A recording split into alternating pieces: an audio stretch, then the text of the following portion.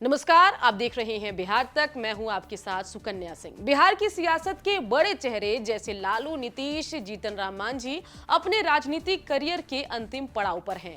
ऐसे में सवाल उठ रहा है कि इन बड़े नेताओं के सियासी विदाई के बाद बिहार की सत्ता पर किसका कब्जा होगा। ये बिहार की सियासत में बड़ा सवाल बना हुआ है। बता दें, बिहार युवा राजनीति की प्रयोगशाला रहा है। यहीं से लालू यादव के बेटे तेजस्वी यादव, रामविलास पासवान के बेटे चिराग पासवान, कांग्रेस नेता कन्हैया और प्रशांत किशोर जैसे नेताओं के जोश के सामने बुजुर्ग नेताओं का अनुभव अब मंद पड़ता भी दिख रहा है। जिस तरह से युवा नेता परिश्रम कर रहे हैं, वैसे में आने वाले दिनों में इनको सत्ता के शीर्ष पर जाने से कोई रोक नहीं सकता। बता दें कि बिहार के लगभग 56% वोटर्स 18 से 40 साल के बीच के आयु समूह के हैं। नीतीश कुमार के बाद बिहार को एक युवा मुख्यमंत्री मिले, ये बिहार वासियों की इच्छा है।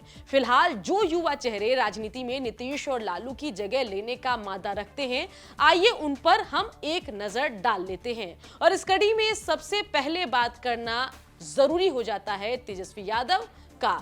बता दें कि तेजस्वी यादव और चिराग पासवान को राजनीति विरासत में मिली है। विरासत की राजनीति आज भी पूरे दमखम के साथ चल रही है और शायद अभी आगे भी चलती रहेगी। तमाम परिवारवाद के आरोपों को झेलने के बाद भी तेजस्वी यादव पूर्व मुख्यमंत्री लालू यादव और राबड़ी देवी के पुत्र हैं। इसके बाद भी जब से उन्होंने 2015 के विधानसभा चुनाव को लड़ा, उसके बाद पहला विधानसभा चुनाव जीतते ही तेजस्वी यादव उप मुख्यमंत्री बन गए थे। कम उम्र में उप मुख्यमंत्री तेजस्वी यादव 20 महीने तक ही सत्ता में रहे। बाद में विपक्ष के नेता बनने के बाद उनकी राजनीति में निखार सामने आया। लालू यादव की अनुपस्थिति में जब तेजस्वी की अगुवाई में आरजेडी सबसे बड़ी पार्टी बनकर उभरी, तो तेजस्वी का जोश भी हाई हो गया।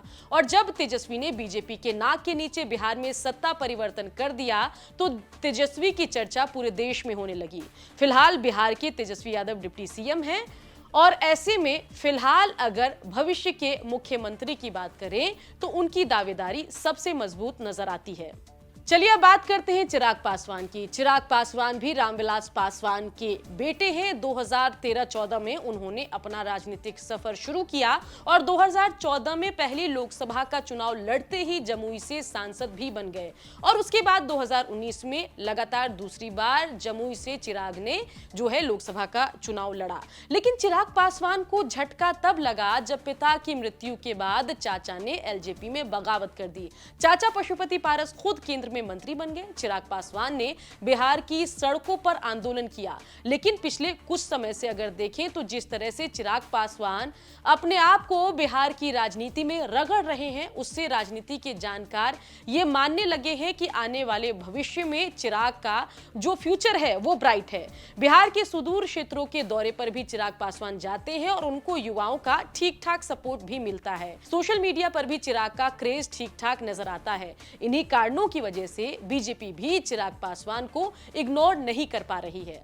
अब बात करते हैं कन्हैया कुमार की। तो जेएनयू के पूर्व छात्र संघ अध्यक्ष रह चुके कन्हैया सीपीआई के फायर ब्रांड नेता रह चुके हैं। अब कन्हैया कुमार कांग्रेस में हैं। बिहार के बेगूसराय से लोकसभा का चुनाव भी कन्हैया लड़ चुके हैं। बेशक वो चुनाव हार गए, लेकिन उनके भाषण शैली और बेबाकी ने युवाओं के बीच उनको काफी लोकप्रिय बना दिया है। यही कारण है कि कांग्रेस ने उन्हें कार्यसमिति में शामिल किया। युवाओं में अगला नाम प्रशांत किशोर का आता है। प्रशांत की गिनती देश के बड़े राजनीतिक विश्लेषकों और चुनावी रणनीतिकारों में होती है। प्रधानमंत्री नरेंद्र मोदी को गुजरात से दिल्ली लाने के दौरान उन्होंने भाजपा के चुनावी रणनीतिकार की भूमिका अदा की।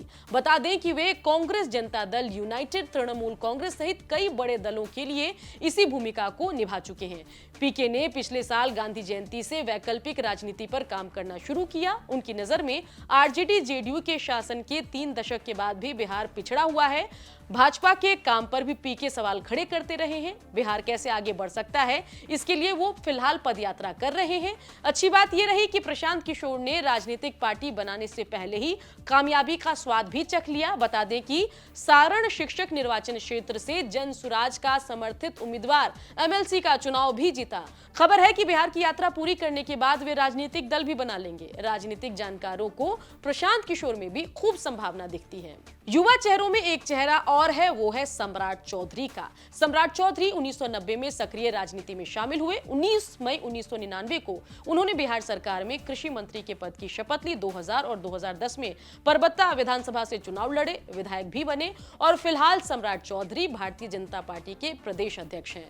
तो खैर, बिहार का फ्यूचर सीएम बनने की रेस में ये नाम तो हैं। इन 5 नामों के अलावा मुकेश सहनी, तेज प्रताप यादव, नित्यानंद राय जैसे नामों की भी चर्चा कई मौकों पर हमें देखने को मिलती है। देखना अहम होगा कि आगे चलकर बिहार में नीतीश के बाद अगला मुख्यमंत्री कौन बनता है। बिहार की खबरों के लिए आप देखते रहिए बिहार तक।